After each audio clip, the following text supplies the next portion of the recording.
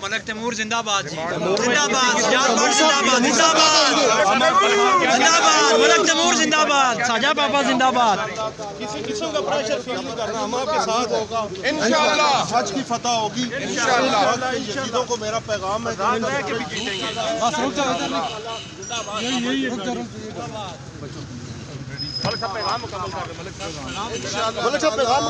फरवरी को अपना तैमूर जीत होगी इंशाअल्लाह। हाँ जी मलिक तैमूर साहब ठीक है आप इंशाअल्लाह ताला इलेक्शन